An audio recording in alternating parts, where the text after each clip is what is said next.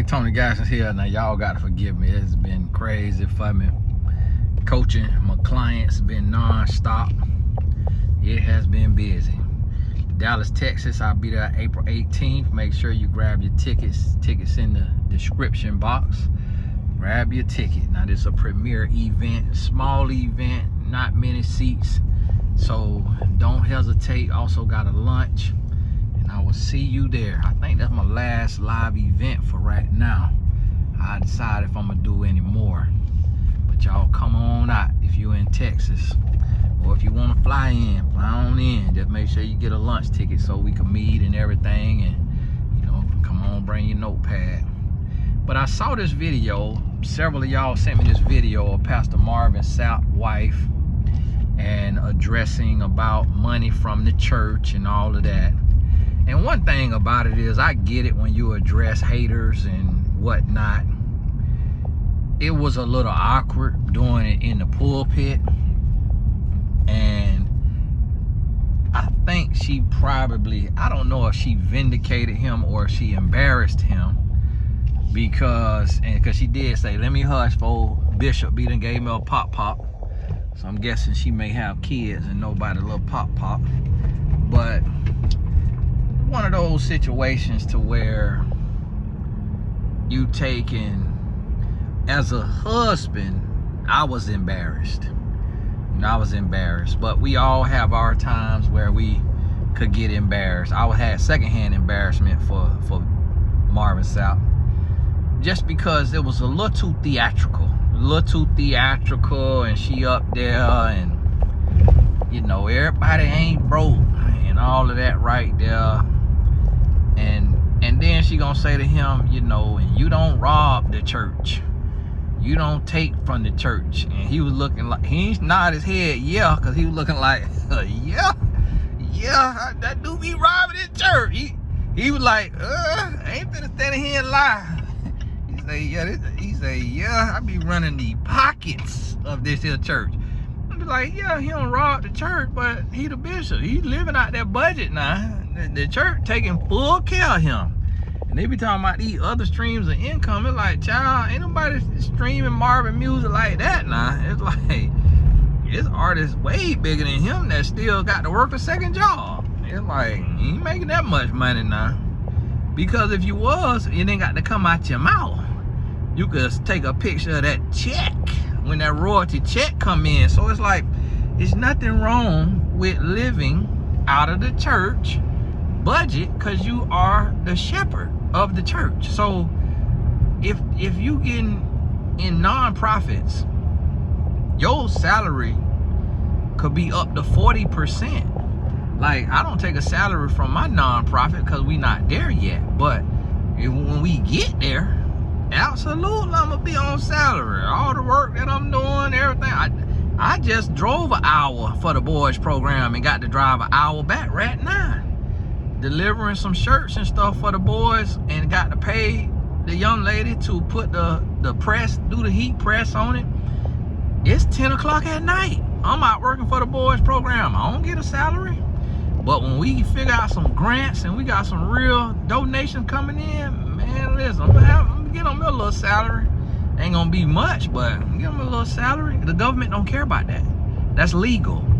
And so what y'all pastors have to stop doing is justifying your money. We know you work for the church. Nobody want to get up and preach every single Sunday and for free at that. You encountering all kind of spirits. You're dealing with all kind of demons in there. You're dealing with all kind of people, all kind of attitudes and energy and everything else. It's like, nobody want to do that for free when you could be paid. So it's like, y'all got to stop justifying that. And to the wives, listen, stop embarrassing your husband. Now, they never gonna say that they embarrassed, and if they might not be embarrassed, but it's just a bad look in general. Because if that was her first time speaking, is what somebody said, if that was her first time speaking and that's how she spoke, to me it sounded like she speak every week. But well, Marvin went wrong is he picked a wife that want the limelight. She was not up there meek and modest or shy at all. She want a limelight. And then she talking about she finna do her ministry, and these men be so happy to tell they woman, oh, you could do your ministry in the church. That's why she married you, to do her ministry in the church. And as soon as I showed it to my wife, she said, it is so weird to do the same thing your husband do. She said, I think that's so weird. And it is, because a relationship is a puzzle piece. It's a puzzle. You fit around each other. You're not supposed to marry somebody that do the same thing you do, because now y'all almost gonna be, you're not compatible, because both of you in the same spiritual warfare. Both of you going through the same thing. Both of you got to be doing sermon prep. Both of you got to be on the phone all day with your people. Like, I'm on the phone all day ministering, and my wife not on the phone at all. So my mother-in-law, my 12-year-old, they get her full attention. I'm on the phone non-stop all day long. So if my wife was a life coach, our son would have nobody. So that, because we both will be doing the same thing. And so this is the thing. They already married. I ain't bashing their marriage. They gonna find out. They're gonna figure out a way to make it work, Lord willing. They gonna figure out a way to make it work. But for those of y'all who are single, take a lesson from this. Stop trying to find what y'all call a twin flame or whatever it is. Stop looking for your clone. Stop looking for somebody in the same industry as you. And understand that in a relationship, your strength is your differences. If both of you are ministers, then both of you traveling at the same time. Both of you is preparing for a sermon or your ministry work at the same time. So if the husband have to go out and be a shepherd to a flock, and then the woman want to be a shepherd to a flock, and she want to minister, she got to be preparing for her ministry. He preparing for his ministry. So who taking care of who? So now you have no submission, because both of them have a mission. So nobody could sub, because both of them is the mission. And that's what you have to realize and understand. And that's what so many couples fail to realize. You see, it's one thing to be in a relationship. It's another thing to understand relationships. And that's where we go wrong, is we stacking on top of each other. And I ain't got nothing against the brother Marvin Sapp. He know me, we know each other. He had another church before. I spoke at his church before, met him in person. Cool brother, great brother. But I'm speaking on this unadulterated and not biting my tongue or mincing words just because I know him. Because for the greater good of the people. This is a common mistake, and they may find a way to make it work, but what you have to realize, that will be an exception to the rule, and it's not common. If you notice, most pastors, their wife is not a minister.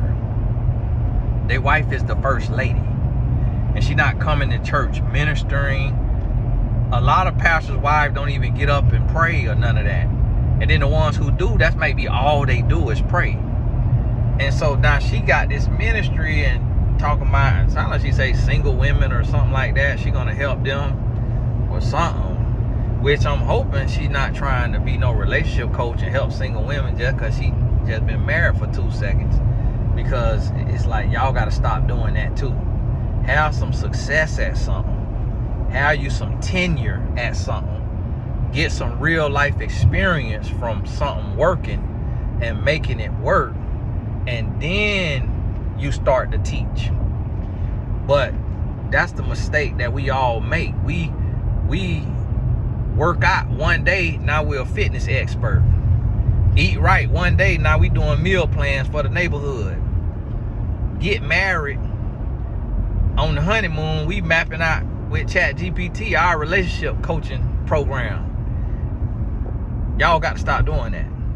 Go and have you some real world success at what you think you know, because knowledge is one thing, application is another. You really learn when you have to apply. And when you try to apply this crackerjack box knowledge, a lot of times you realize that what you thought you knew, you don't actually know. And so what a lot of relationships become is performative. And it just be very performative, and it's no real substance. It's not real. It's not authentic. And it's just a performance. And so you got to be careful about that. You got to be careful about that. And realize and understand what you're going to have to do and what it really takes. And so when you get married, focus on your marriage. Focus on your marriage first. Don't focus on no ministry. Your first ministry is that marriage. Perfect that marriage. Learn how to serve. Learn how to submit one to another. Learn how to truly love. Learn how to speak the language that your spouse needs you to speak. Master that. Learn them ebbs and flows and how to deal with this person you dealing with. Learn that right there first. Then from there, you could go into your ministry and all of that right there and doing all that. And so it's the thing, you know, so many people want a platform. Man, I wish the Lord give me something to where I don't need no platform. I mess around and be able to, when my youngest son graduate, if me and my wife don't need the level of money that I have to earn right now, man, I might get on somebody's job. And y'all might not see me no more. I'm out here because the Lord called me to this. And he got me out here doing this. But man, I be seeing people be lusting for a platform. Be lusting for a microphone. I be trying to run from a microphone. I don't want to do no talking, no speaking, none of that.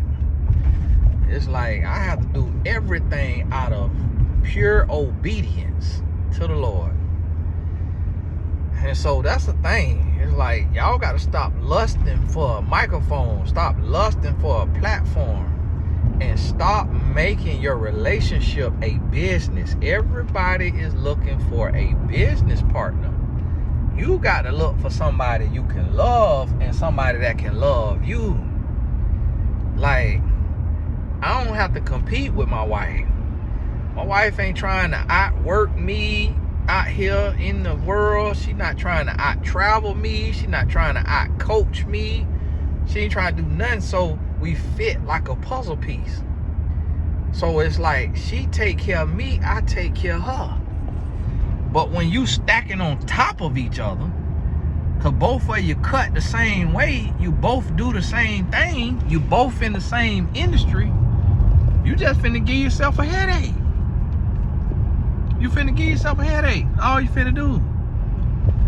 So realize and understand that right there.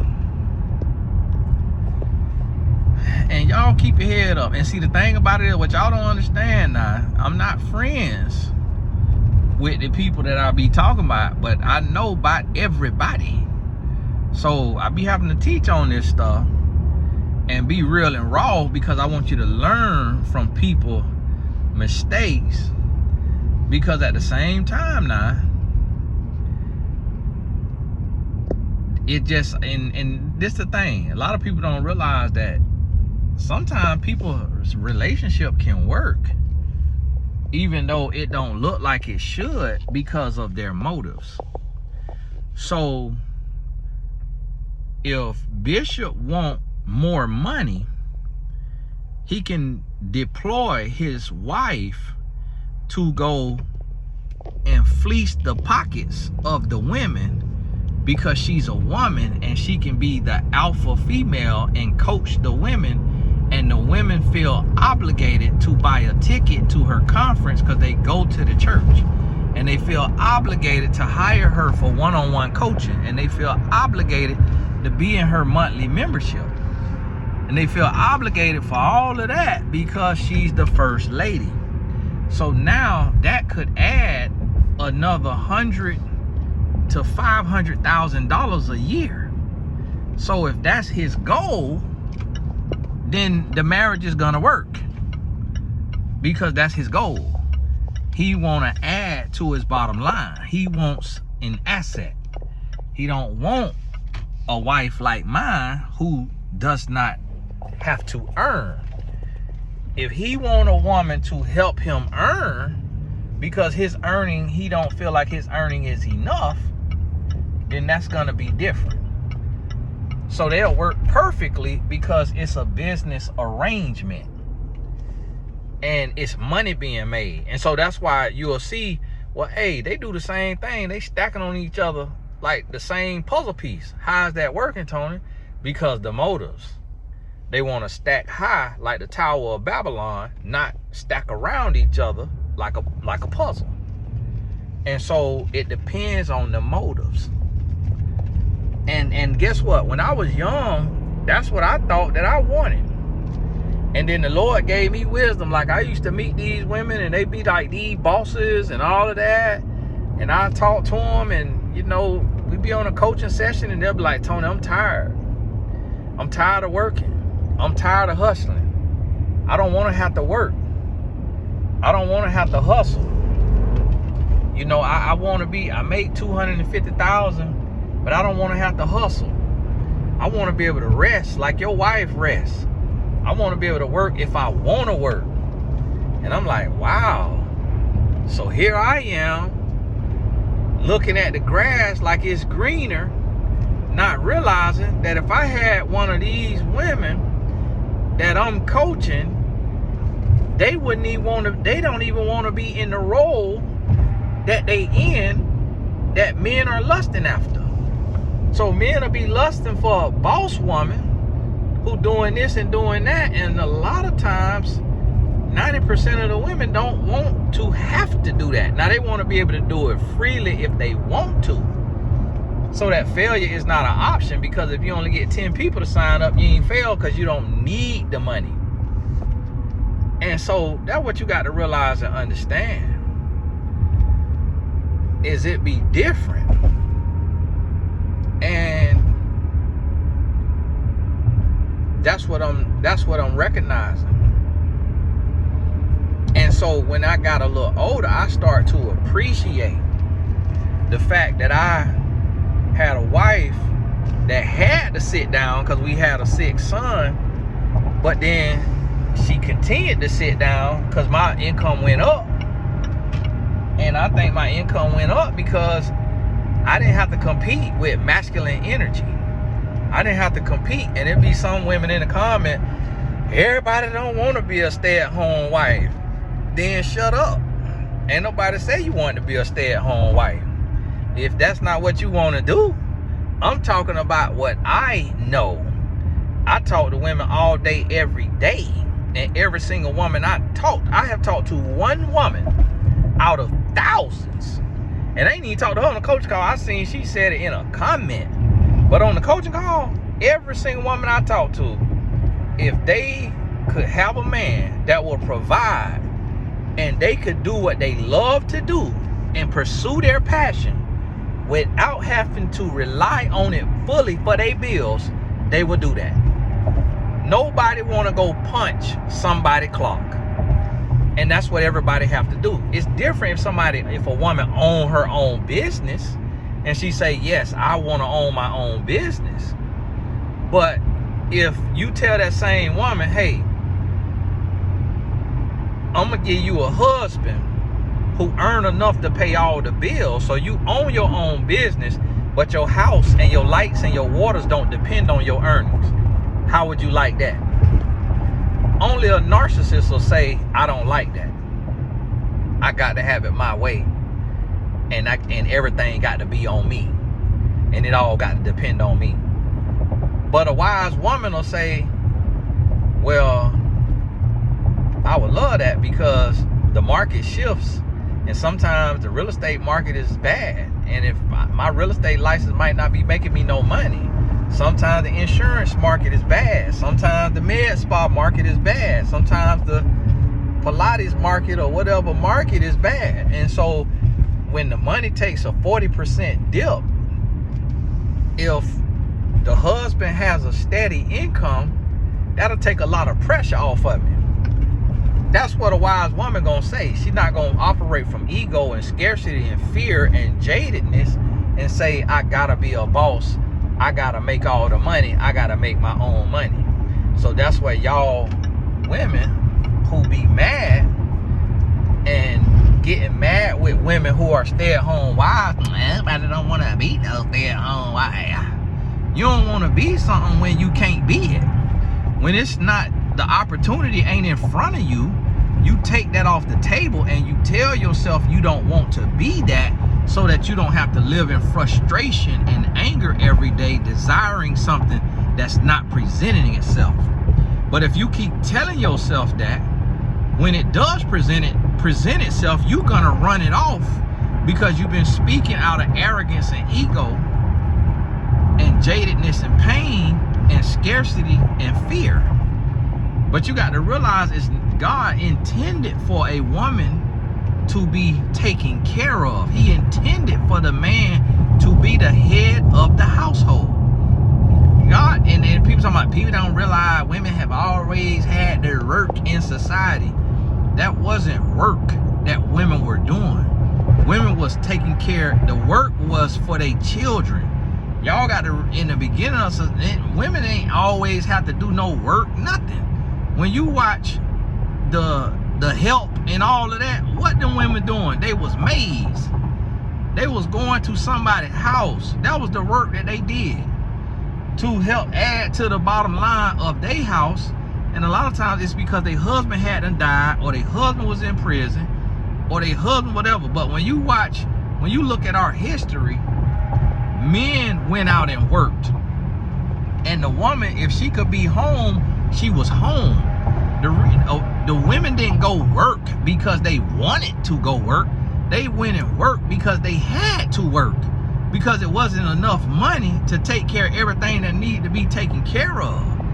You got to look at the history. And a lot of women wanted to work because their husband was an alcoholic, or their husband was a cheater, or their husband was a gambler. So they work for their own security. But if a woman has love and she has security, and her husband makes enough to pay the bills, she's not going to work other than out of fear, because of how she was raised in poverty or in scarcity, and she doesn't believe she can trust a man to be faithful and to love her.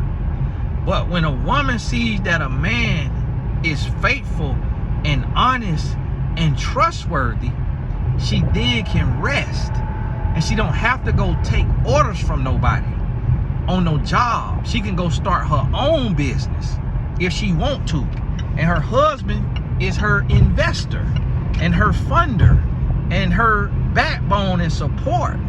And then she has the agency and the freedom to support him in his job or on his business, because her business is not the sole provider for the household.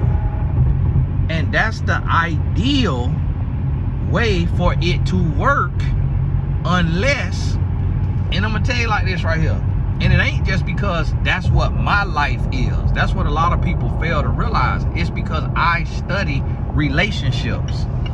And why do you think the white race, who could do whatever they want to do, why do you think every single white woman chooses to be a stay-at-home mom? Because of the stability that it brings for the children. Like, my wife can always be at the school. The recitals and the plays are at 8:30 a.m., 10 a.m., 11 a.m. The picnics, the family picnics, So if my wife had to work a job, it's a lot of people who can't get off of that job to come do that. But so now if you got to work a job, and some of y'all have experienced this, and share that in the comments so you realize, so people understand I ain't lying. So if your job be like, listen, your child's school having something every week, we ain't gonna be able to have you leaving for 2 hours every week to go to this here job, to this school. And then your child be, if they go to a certain type of school, your child be the only one without a parent there. And so if you felt that pain, then you know what I'm talking about. You know what I'm talking about when the kid wants you to be there. The kid wants you to be there for the recital at 10. Kid wants you to be there for the job fair, for the field day, or for the whatever you do that in the back where they running the races against each other and all of that right there. They want you to be there. And guess what? Me as a man, I'm traveling, I'm working, so I'm missing games, I'm missing certain stuff at school because I got to go work. So I'm missing a lot. So if my wife had to work, it would be so many days that Tallen is by himself. And my oldest son told me, he said, man, I'm so glad that mom didn't have to work, that she was able to put so much into us. In fact, he was like, I took it for granted, I ain't understand it, but he was like, now that I'm older, I understand. And so that's what I'm trying to tell y'all. Y'all have to stop allowing Satan to make you feel like it's a curse to rest in your feminine, and to make you feel like you got to compete with a man. But when you say, Lord, I'm going to do what I have to do, but if it's your will that I could be more present for my children and less tired from my job, and I could be more creative in my gifts and in my purpose and less drained and tired from my job, Lord, if that's your will, let that be my destiny. Let that come into my life. And when you set your mind to be open to that, God can deliver that. But when you operating from scarcity and from fear, and you feeling like, oh, you know, I can't trust no man, I can't count on no man, and you keep spewing that negativity, then you saying that God can't do for you what he done for millions of other women. And that's exactly what you're gonna have, a deadbeat, cheating man, because that's all you believed. A double-minded person receives nothing from the Lord. So you got to state what it is you want, and you got to know what you want, know what you need, know what's possible, and be ready and willing to go get it. And that was real, point blank, period. And so this is the thing. If you are dating, don't go look for somebody who do the same thing that you do. Don't go look for somebody who wanna be you. Don't go look for somebody who you gonna have to compete with. And that's the mistake so many couples making. I watched this popular couple do that. Both of them was trying to be speakers. Both of them was trying to be podcasters. Both of them was trying to tour. Both of them was trying to do business together and do all of this right here. And oh, this my dream, this my dream. And then they realize, oh, if both of us on the road 48 weeks out the year, our kids finna be tore from the floor up. And they realized that. So guess what the woman did? She say, let me sit down till my kids get out this house, because the husband make enough money to pay the bills. So let him go out and hunt, and let me make sure the kids is good, instead of both of us going out to hunt and the kids left home by themselves, or the kids left home with the grandparents who ain't got the energy and the knowledge to be able to really keep an eye on them. Kids in there on Pornhub and got a head behind a calculator on the phone, so grandma come in there and think the kid doing math, and the kid really on Pornhub because grandma don't know no better. Grandma don't know to grab that phone and to click through them apps and to do all that right. So the kid at the house with mom and dad gone out hunting. Both on trying to be famous, both on trying to be stars, and then they home, the kid home developing a porn addiction. So that's what you got to realize. Like, you got to be praying that you can be everything your child needs you to be. Even if you got to work, you need to be praying for the strength and the energy and the wisdom to be able to be everything your child needs you to be. And then too, don't make your whole relationship about business. Me and my wife did one podcast episode together, and the recorder said, I am not releasing this. Because our real and the way that we relate, and we so close, he felt like that we was arguing. And we was totally fine. We were like, man, we just close like that, like we just talking. He was like, I am not releasing this. And I was like, well, okay, well, you outside looking in. So, and we ain't think nothing of it. But that's what happened when you try to turn your private into public. Try to turn your leisure into business. And that's the mistake that so many couples are making, is they doing business deals. Instead of fitting each other like a puzzle, they doing business deals to say, hey, let's see how much money we can make together. Let's see how much money we can run up. Let's see how much business we could do together. And make everything about business. And even if you do business together, you still have to be very intentional. You got to be very intentional about your quality time. You got to be very intentional about your date nights. You got to be very intentional. You know what I realized is that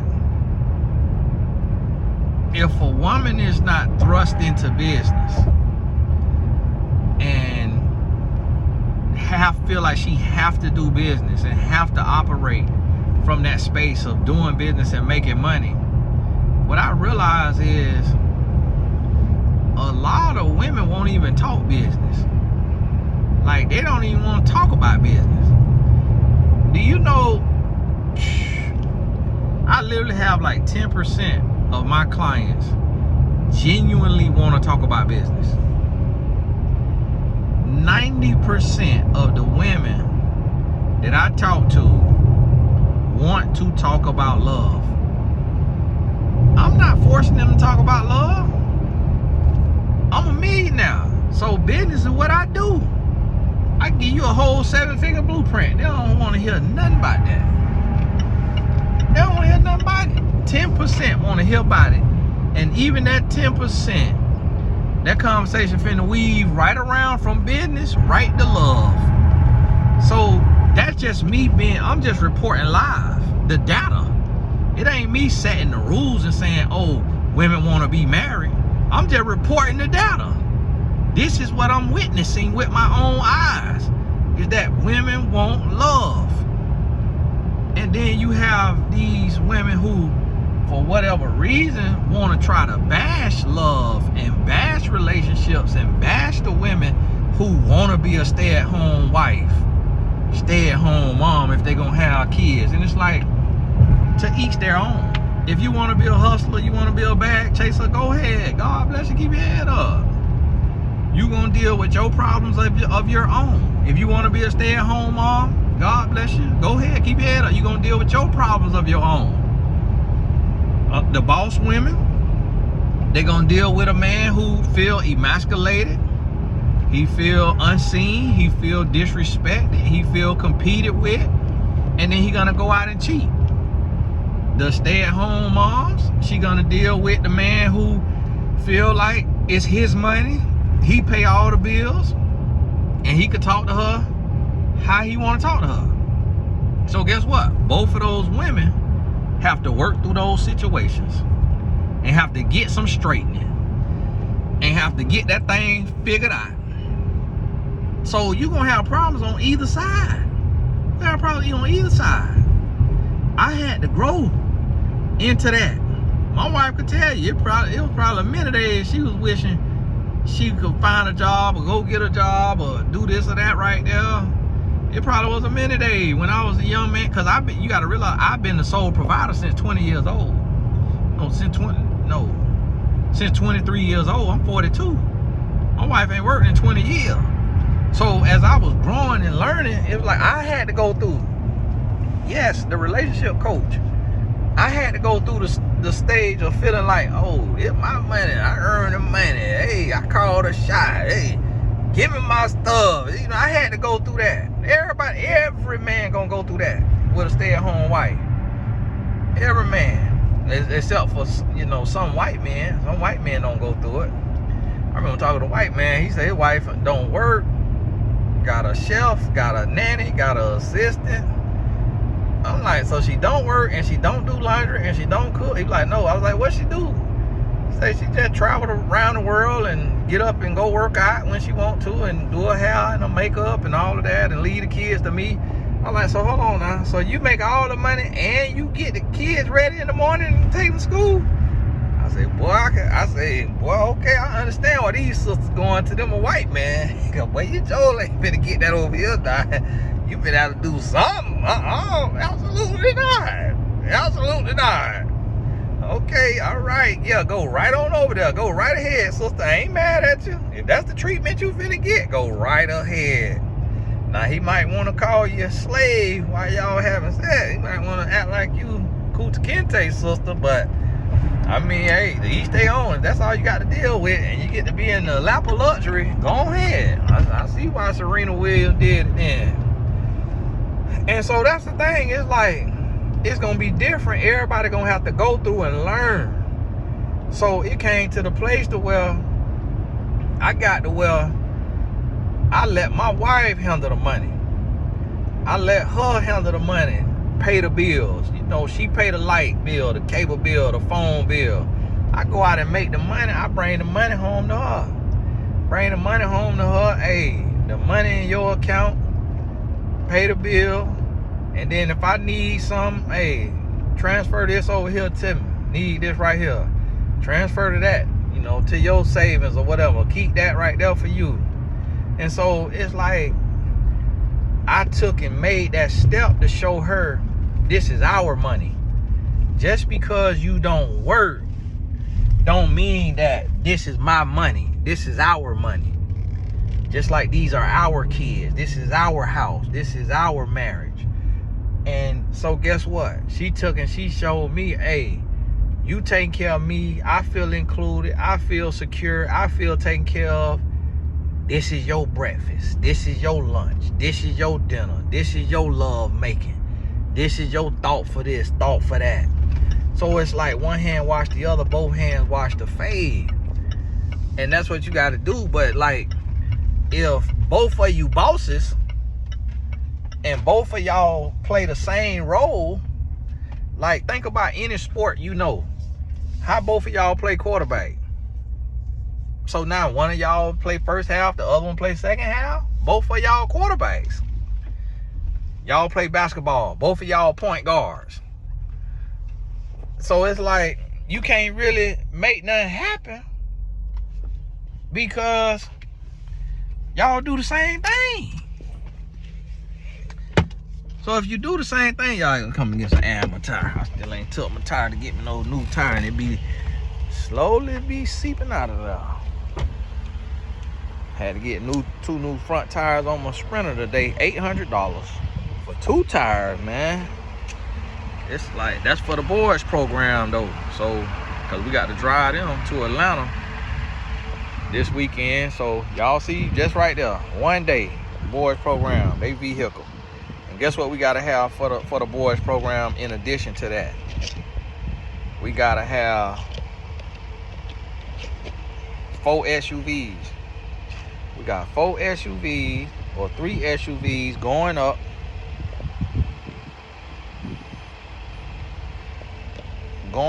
And a Sprinter.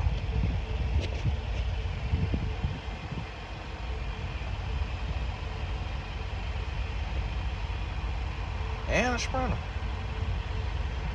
Cause we got 20-something boys. 20 plus boys.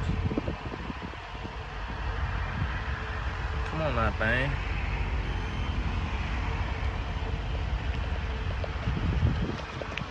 Oh, I see. It ain't like Amex. They ain't say, no, we don't rock with Amex. Give us that Visa, boy. And so that's what you got to realize and understand, is you don't need to stack on top of each other. So if you have a choice, it's different if you meet somebody, you didn't choose them for their job, for their industry, and you fall in love. That's different. Maybe that's what Marvin Sapp did. No, they didn't, because she knew what he do. And then she talking about she got a ministry, and then he say, and that's the thing, it's like, that's a red flag. You get up in front of the church, and the first thing you do is mention that the pastor say you could do your ministry up to the church, up at the church. So it's like, just got married and now you finna come do a ministry. Like, y'all take a little time now, let the marriage sink in a little bit now. I get it. Let the ink dry. Let the ink dry on the certificate. Like, I get it. Like, you just walk down the aisle. You ain't even get down the aisle good. Now we got a ministry from you. Like, hold on, we ain't asked you for that. Like, what you finna teach us? How to walk down the aisle? Cause you ain't did nothing yet.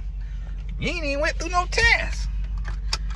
It's like, okay, yeah, you was single and I guess prepared, but it ain't like you snagged your elbow. It's like, so everybody don't want. So what you gonna teach people how to get a Marvin Sapp? I ain't hating on my brother, but it's like everybody don't want no Marvin Sapp. Every woman I talk to, they want them to ease your elbow. So it's like, what ministry you got to do now? Like, come on now. Make that house your ministry, and that marriage your ministry. And if y'all got kids or grandkids or nieces and nephews y'all raising, make that your ministry. Like, don't just finish college yesterday and the next day you're a professor. Like, hold on now. Let that college degree cool off. And so that's the thing.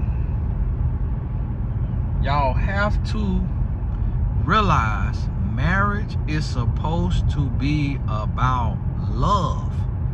It's about love. It's about companionship. It's not about merging businesses and merging brands. It's not about that. Not about being power couple. Power couple is how you raise them kids. That's the power couple. How you impact that community. The power couple don't gotta be about how much money y'all can make together and all of that right there. And if y'all notice, it's a lot of couples trying to do that, trying to be a power couple. And it's like, your power is communicating effectively, having intimacy, having confidentiality, being able to be best friends and not be performative. And I'm gonna tell y'all something. I don't know what got into my wife, or maybe what got into me. Maybe the Lord took and changed me, and then it changed her. But man, listen, it wasn't the whole time that I was getting breakfast, lunch, and dinner. Nah, man, I be getting breakfast, lunch, and dinner. Man, look here. I'm like, what the world? I'm like, child, trying to lose weight. I'm trying to lose weight. Every time I'm trying to lose weight, here come another plate. I'm like, yeah, I'm married, but I'm still trying to look good out here now. Hey, just for the sake of business now. I ain't trying to look like Fat Albert now. They keep giving me these plates. Like, calm down, child. Let me have a break. Like, just finish eating. Now you bringing dessert over here? Like, you trying to sabotage my success. But at the same time, I be feeling love like a mug. And guess what? I'm gonna tell y'all something. You got to make that thing work. So I realized my wife is effective in the daytime. She better in the daytime, and at night she be ready to sleep. So you taking and you waiting until 10:30, 11 o'clock at night, and then you trying to be intimate, and your spouse is sleepy, because it could go the other way around. So guess what you have to do? Instead of watching corn and going to work and cheating, you gotta adapt and say, hey, oh, you like to get up early, huh? So yeah, I'm gonna let you get on up, get you a little moving around, get you about an hour or whatever, and then we finna go on knock them boots before we go to work. So both of us going to work with a smile, cause you ain't finna be in there nothing but a Missy Elliott song, Minute Man. So it ain't taking too long. And then you got to accommodate. And see, people be selfish. And that's why people don't want the real. People don't want the real. It's like at the end of the day, if that woman say, hey, man, listen, I don't want to go to work and be leaking all day. Can you put some on that? Put a little hat on that Jimmy. You finna get the same feeling. So instead of being selfish and got her walking around smelling like a yeast infection all day, put your hat on that Jimmy. Go on, get your little release. She get her little oxytocin and dopamine release too. And then now it's a win-win. But people get into a marriage, I ain't finna want no corner. I ain't doing that. You my wife. But not realizing, like, yeah, she your wife, but you shooting off in there.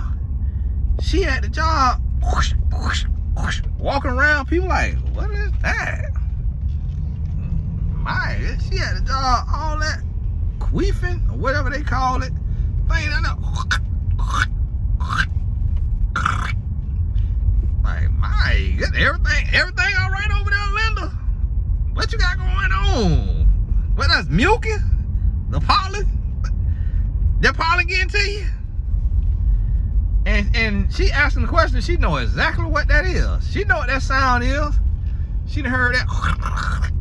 She said, her butt done wanna get a quickie before work. Or she don't know if she got it before work. She don't know if she just got it outside in the parking lot in the back seat with Tyrone. Cause she seen him talking to Tyrone at the printer, so now she's spreading rumors about your wife. Yeah, you know, I think she's sleeping with Tyrone. I seen him at the printer talking, and I'm sitting there in the cubicle, and I just keep hearing her stuff talking about. And you know what that is, girl? That corn coming out of there. Girl, you know exactly what that is. Her butt so nasty, she ain't even get that stuff out of her before she came to work. And so that's what make marriages hard. Like, so you got to focus on love. What can we do to make this thing work? And you don't have to worry about what nobody else got to say. Somebody gonna come telling me, oh, Tony, your wife wants you to wear a condom because she don't want you inside of her and she want to be separated from you. It's like, I want to wear a condom because I don't want my wife walking around all day leaking. That's me being considerate. And if I don't want to, then she not gonna make me. If I don't want to, because my wife is also submissive. And that's what you got to realize. And I'm saying this in hypothetical sense, using myself as an example for every relationship. And so, but y'all realize when I do that, then I have to slap these punks in the mouth, because they like to come on here and screenshot videos and all of that right there and risking my freedom. But I take that, you know, I deal with that for the sake, because I want marriages to win. And people be in a marriage tripping over ant piles. You can't be tripping over an ant pile in your marriage. Like, you tripping over, you got to meet in the middle. And so it's like, she say, hey, I would love this, you know, I really need this. And then you say, well, I really need this. Well, okay, is both of us getting what we want? All right, then. We both got what we want. Boom. We good. It's a win-win. And a lot of people don't want to understand that. And realize that. I got me some ground turkey lasagna from my homeboy house where I just went. They doing the boys program shirts for me. And I paid them $5 a shirt. So I got 100 shirts or 100 items. That's $500. And I'm gonna have to be doing that about every month because you got to keep these boys geared up, get them all kind of gear. So thank y'all for the donations. You know, for those of y'all who donate, for those of y'all who hear me talk about it and don't donate, those of y'all who don't donate, I ain't gonna talk bad about you. God bless you. Might do you like Marvin Sapp and lock them doors. I said close the doors. Close the doors. So now imagine that, Marvin and his wife up there. Close the door. We said close the door. Y'all don't like to listen.